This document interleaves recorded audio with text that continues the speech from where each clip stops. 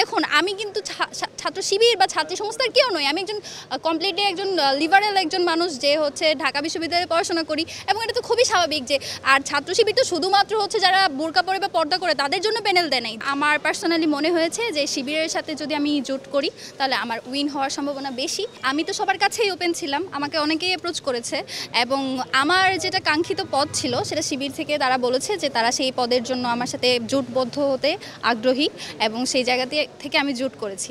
এখন কেউ যদি মনে করে জোট করা মানে প্যানেল, সেটা তো তার জানার অপারগতা বা তার জানার স্বল্পতা, সেটা তো আর আমার দোষ না। এবং দ্বিতীয় যে প্রশ্নটা যে আমি শিবিরের প্যানেল থেকে কেন, সেটাও আমি বললাম যে তারা আমাকে অ্যাপ্রোচ করেছে, আমি সবার কাছেই ওপেন ছিলাম।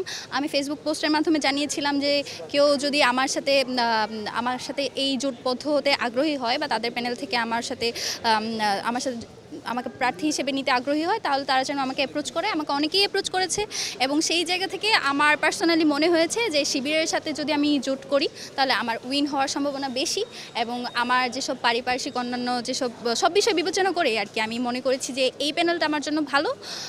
তো সেই জায়গা থেকেই আমার আশা। এখানে আসলে অন্য কোনো রিজন নাই বা কোনো ফ্রেমিং করার কোনো সুযোগ নেই। নির্বাচন করছেন এই জোট থেকে একটু? আমি নির্বাচন করছি মুক্তিযুদ্ধ ও গণতান্ত্রিক আন্দোলন যে সম্পাদক, সেই পদের জন্য।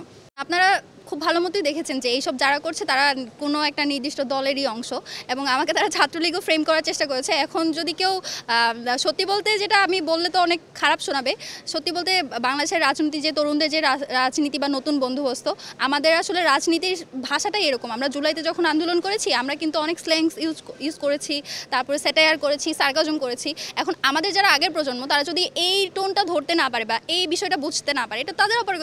তাদেরকে যদি নতুন রাজনৈতিক বন্দোবস্তের সাথে আসতে হয় তাদেরকে এই বিষয়গুলো বুঝতে হবে। এখন যদি কেউ আমাকে মনে করে যে, দেখুন আমি কিন্তু ছাত্র শিবির বা ছাত্রী সংস্থার কেউ নই। আমি একজন কমপ্লিটলি একজন লিবারেল একজন মানুষ যে হচ্ছে ঢাকা বিশ্ববিদ্যালয়ে পড়াশোনা করি, এবং এটা তো খুবই স্বাভাবিক যে আর ছাত্র শিবির তো শুধুমাত্র হচ্ছে যারা বোরকা পরে বা পর্দা করে তাদের জন্য প্যানেল দেয় নাই। ঢাকা বিশ্ববিদ্যালয়ের বেশিরভাগ শিক্ষার্থী যারা বোরকা পরে না, যারা লিবারেল, তাদের জন্য তো একটা সেফ স্পেস তো তৈরি করতে হবে, তাই না? আমি তাদের প্রতিনিধি, আমি ছাত্র শিবিরের প্যানেল তাদের প্রতিনিধি, তো তারা তো সেটা সেভাবে দেখছে না, তারা আমাকে বিভিন্নভাবে ফ্রেম করার চেষ্টা করছে, এবং আমি এতে এক বিন্দু মাত্র বিচলিত নই, কারণ আমি কোনো অন্যায় করিনি।